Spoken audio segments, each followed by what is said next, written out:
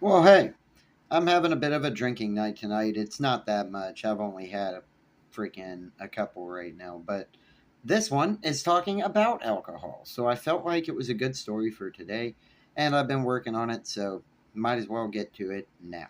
If I mess up a little bit, it's because I'm drinking a freaking piss water, and that's just how it's going to be.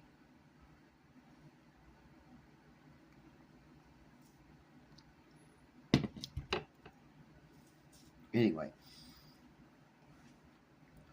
this one is Old Bugs, written by H.P. Lovecraft.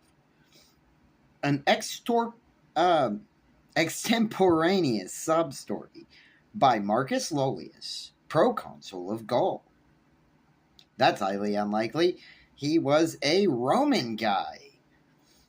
Anyway, Sheenan's Pool Room, which adorns one of the lesser alleys in the heart of Chicago's Stockyard District, is not a nice place. Its air, freighted with 1,000 odors, such as Coleridge may have found at Cologne, too seldom knows the purifying rays of the sun, but fights for space with the acrid fumes of unnumbered cheap cigars and cigarettes which dangle from the coarse lips of unnumbered human animals that haunt the place day and night.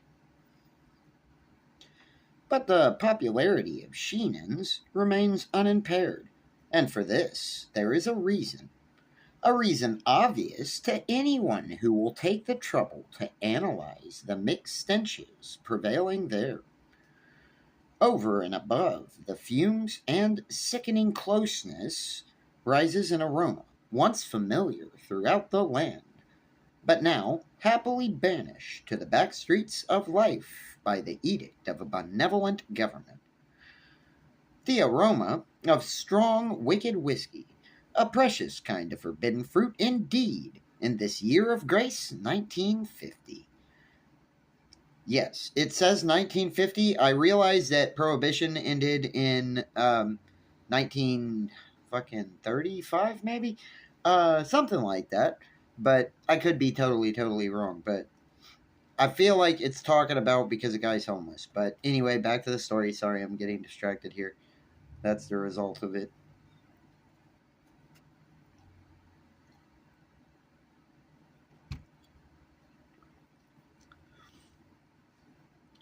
Sheenan's is the acknowledged center to Chicago's subterranean traffic in liquor and narcotics, and as such, has a certain dignity which extends even to the unkempt attaches of the place.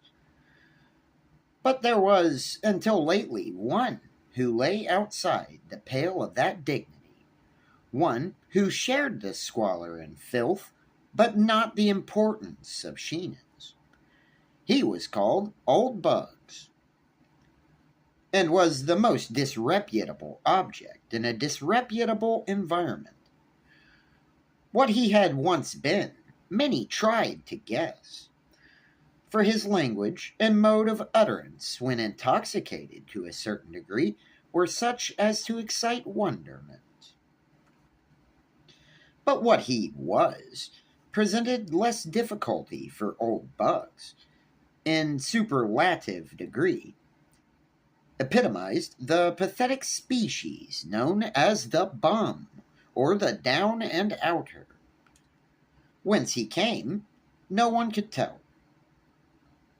One night, he had burst wildly into Sheenan's, foaming at the mouth and screaming for whiskey and hashish, and having been supplied in exchange for a promise to perform odd jobs, had hung about ever since, mopping floors, cleaning cuspidors and glasses, and attending to 100 similar menial duties in exchange for the drink and drugs which were necessary to keep him alive and sane. He talked but little, and usually in the common jargon of the underworld, but occasionally, when inflamed by an unusually generous dose of crude whiskey, would burst forth into strings of incomprehensible polysyllabics and snatches of sonorous prose and verse, which led to certain habitués to conjecture that he had seen better days.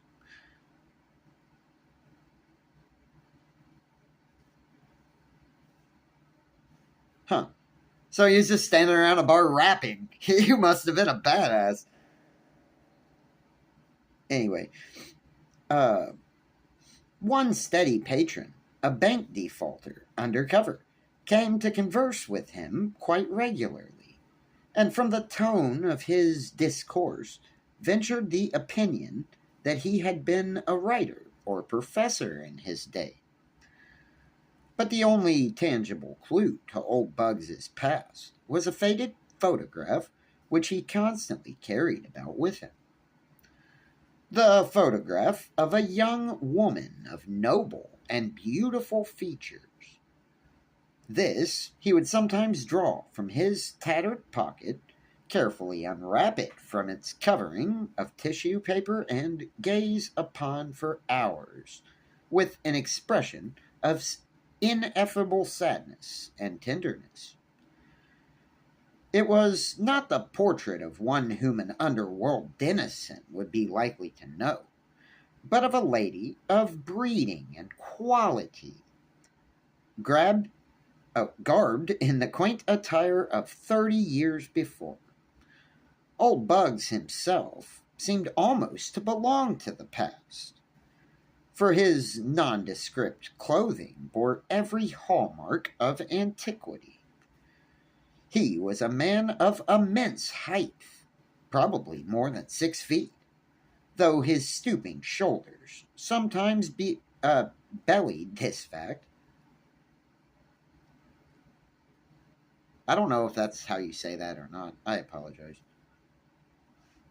His hair, a dirty white and falling out in patches, was never combed, and over his lean face grew a mangy stubble of coarse beard, which seemed always to remain at bristling stage, never shaven, yet never long enough to form a respectable set of whiskers. His features had perhaps been noble once, but were now seamed with the ghastly effects of terrible dissipation. At one time, probably in middle life, he had evidently been grossly fat, but now he was horribly lean, the purple flesh hanging in loose pouches under his bleary eyes and upon his cheeks. Altogether, old Bugs was not pleasing to look upon.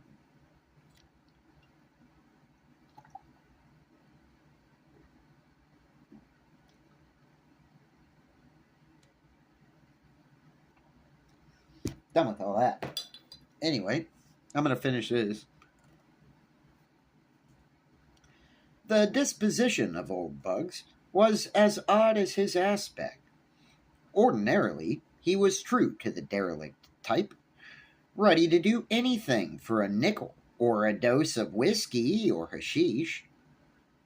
But at rare intervals, he showed the traits which earned him his nickname. Then he would try to straighten up, and a certain fire would creep into the sunken eyes.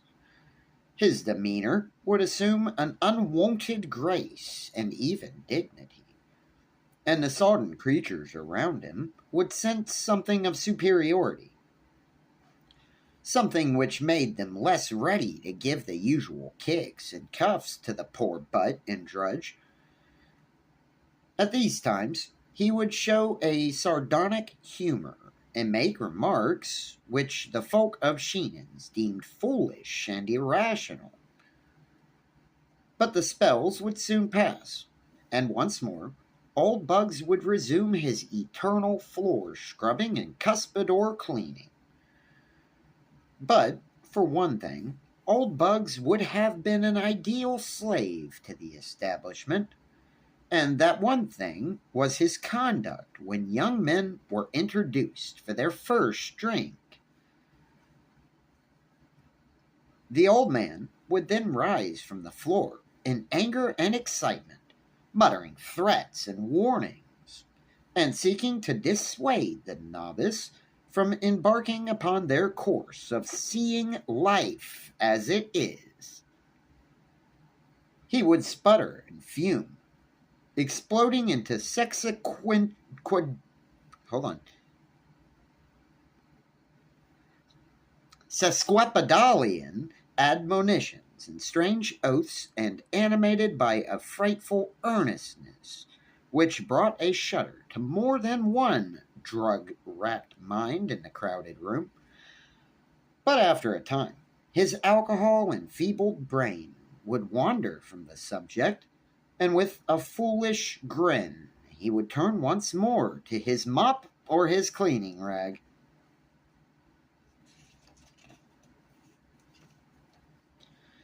I do not think that many of Sheenan's regular patrons will ever forget the day that young Alfred Trevor came.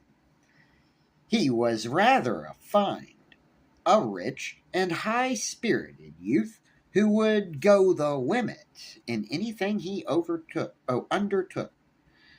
At least, that was the verdict of Peter Schultz, Sheenan's runner, who had come across the boy at Lawrence College, in the small town of Appleton, Wisconsin.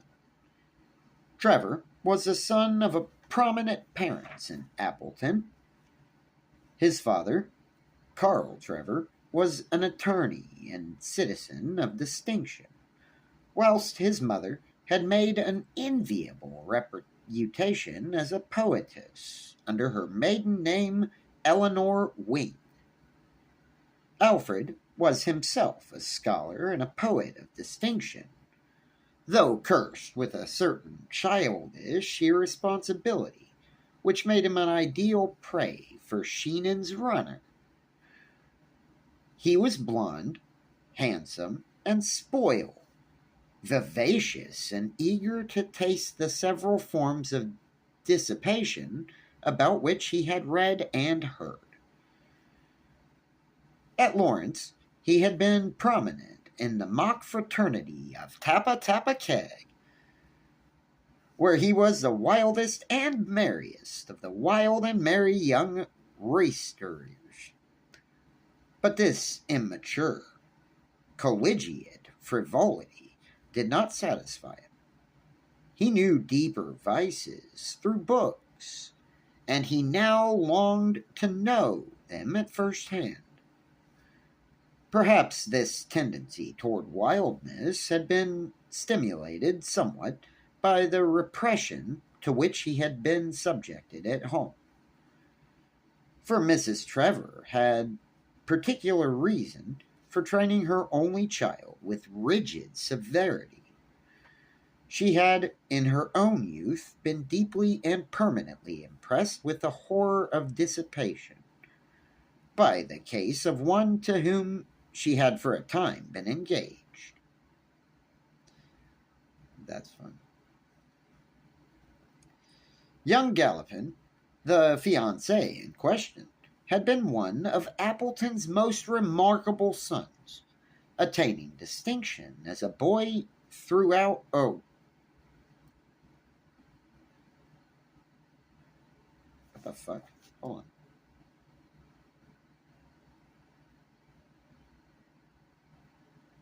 Okay, that's a little weird.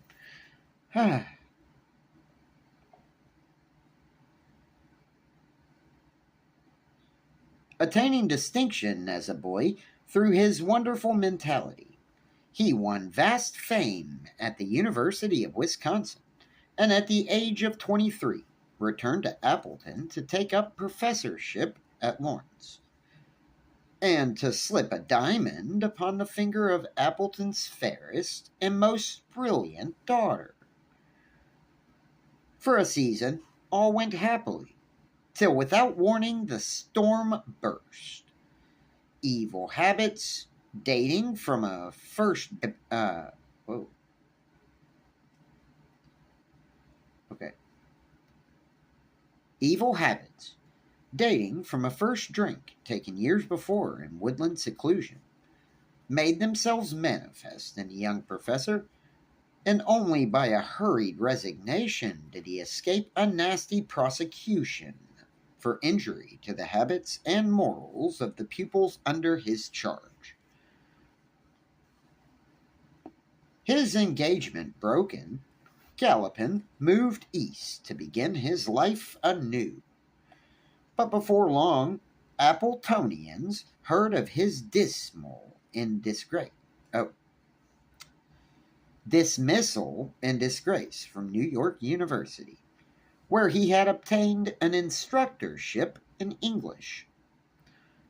Galpin now devoted his time to the library and lecture platform, preparing volumes and speeches on various subjects connected with belles lettres, and always showing a genius so remarkable that it seemed as if the public must sometime pardon him for his past mistakes.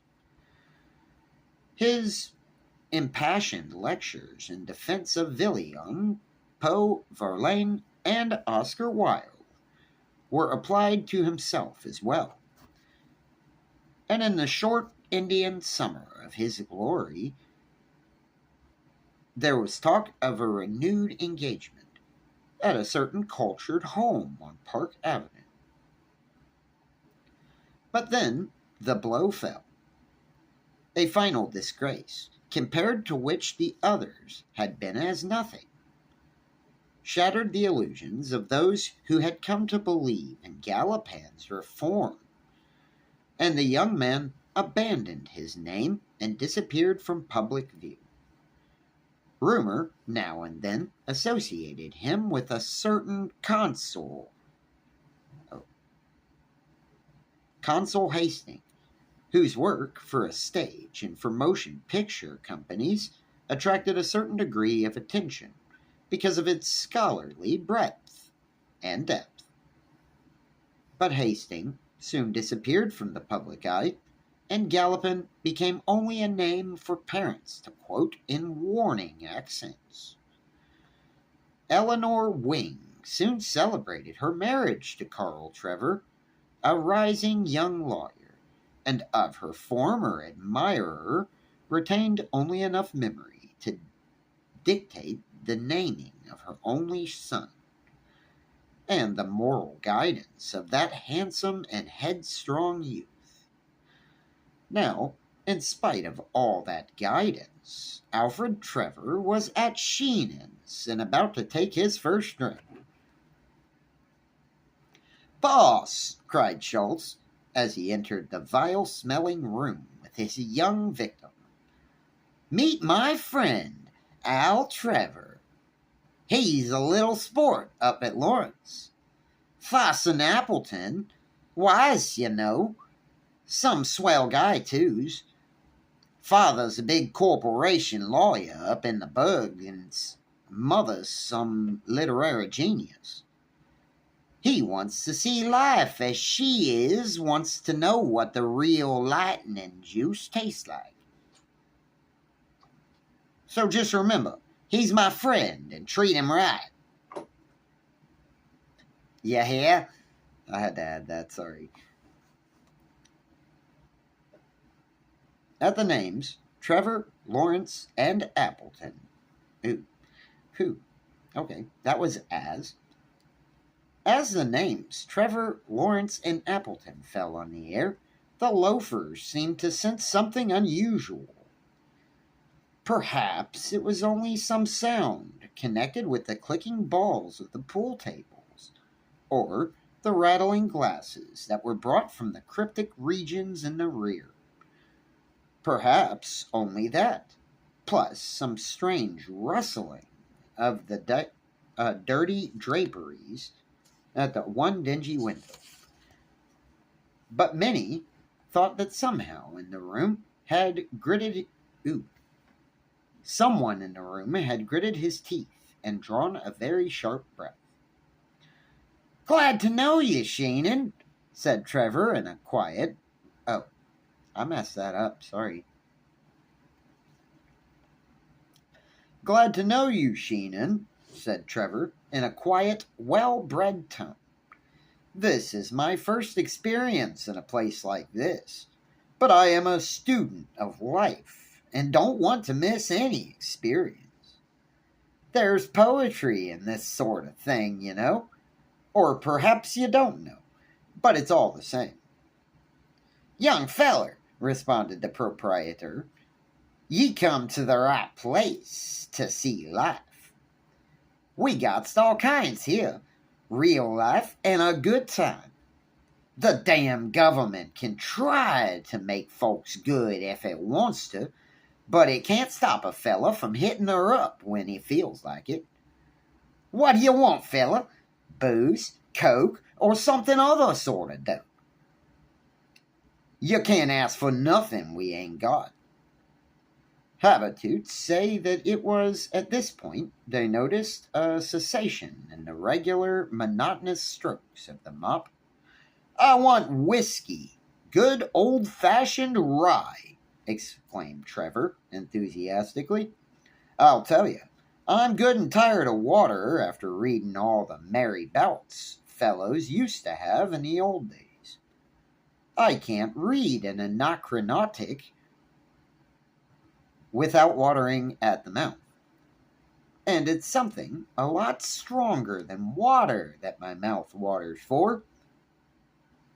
Anacreontic? What in the hell's that?"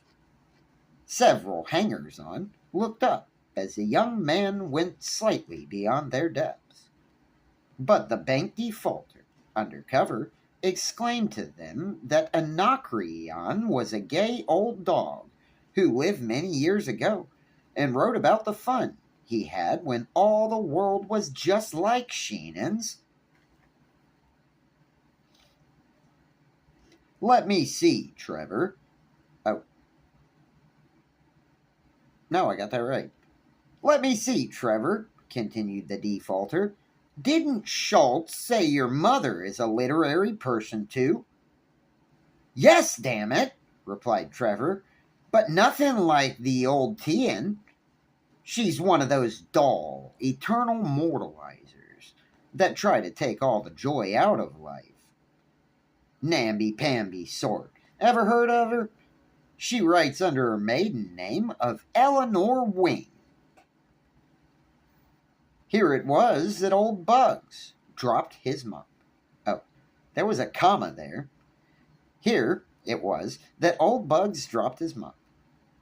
"Well, here's your stuff," announced Sheenan jovially as a tray of bottles and glasses was wheeled into the room. "Good old rye and Good old rye, and as good and as fiery you can find anywheres in Shy." The youth's eyes glistened and his nostrils curled at the fumes of the brownish fluid, which an attendant was pouring out for him. It repelled him horribly, and revolted all his inherited delicacy. But his determination to taste life to the full remained with him. And as he maintained a bold front,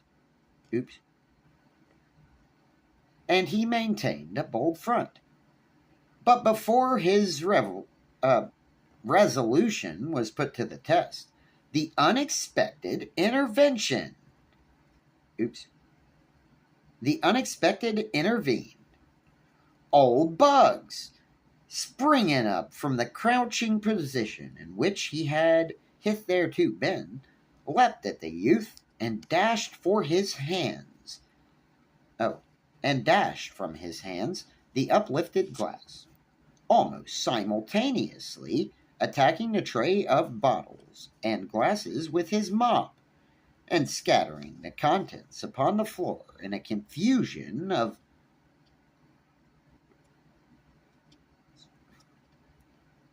I knew that word too.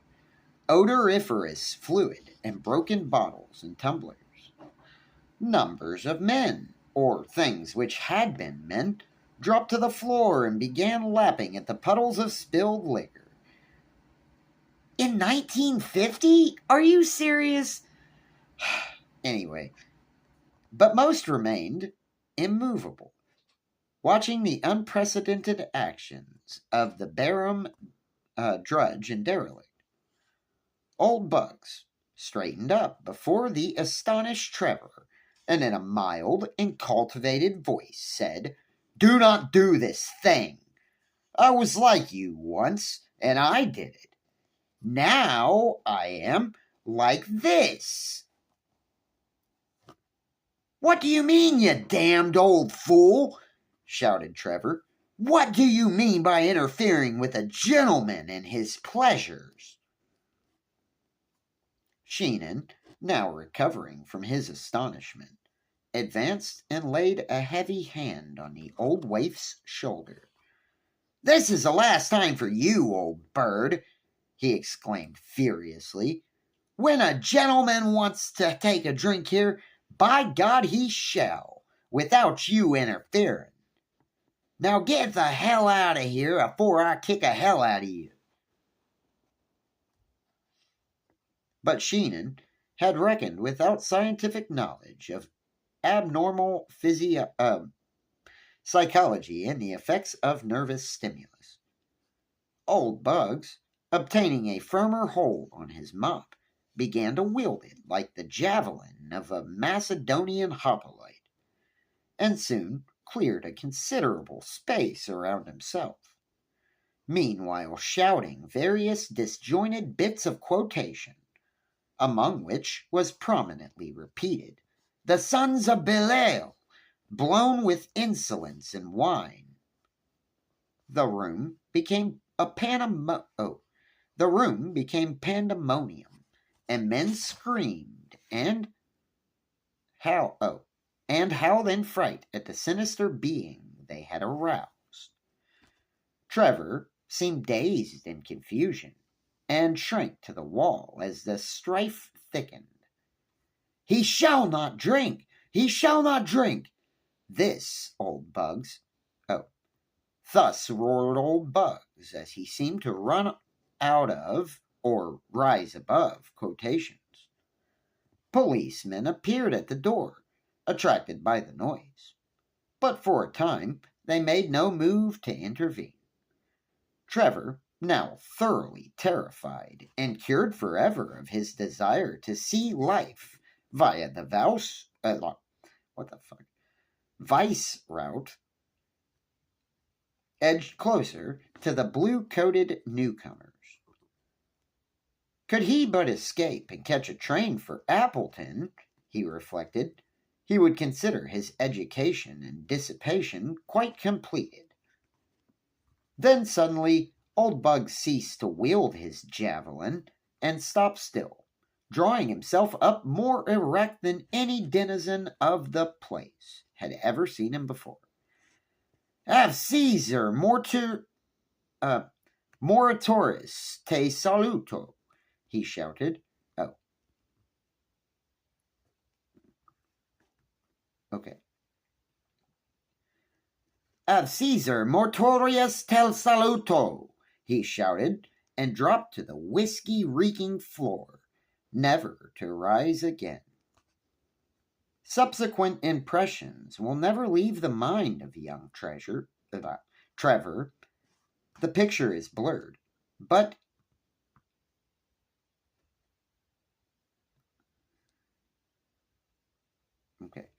ineradicable. But ineradicable. Policemen plowed away through the crowd, questioning everyone closely, both about the incident and about the dead figure on the floor. Sheenan especially did they ply with inquiries, yet without eliciting any information of value concerning old Bugs. Then the bank defaulter remembered the picture and suggested that it be viewed and filed for identification at police headquarters. An officer bent reluctantly over the loathsome glassy-eyed form and found the tissue-wrapped cardboard, which he passed around among the others. Some chicken, leered a drunken man as he viewed the beautiful face. But those who were sober did not leer, looking with respect and abashment at the delicate and spiritual figures. No one seemed able to place the subject, and all wondered that the drug degraded derelict should have such a portrait in his possession. That is, all but the bank defaulter, who was meanwhile eyeing the intruding bluecoats rather uneasily. He had seen a little deeper beneath old Bugs's mask of utter degradation. Then the picture was passed to Trevor, and a change came over the youth. After the first start, he replaced the tissue wrapping around the portrait, as if to shield it from the sordidness of the place. Then he gazed long and searchingly at the figure on the floor, noting its great height and the aristocratic cast of features which seemed to appear now that the wretched flame of life had flickered out. No, he said, no, he said hastily, as the question was put to him. He did not know the subject of the picture. It was so old, he added, that no one could be expected to recognize it. But Alfred Trevor did not speak the truth, as many guessed, when he offered to take charge of the body and secure its interment in Appleton. Over the library mantel in his home hung the exact replica of that picture, and all his life he had known and loved its original. For the gentle and noble features were those of his own mother.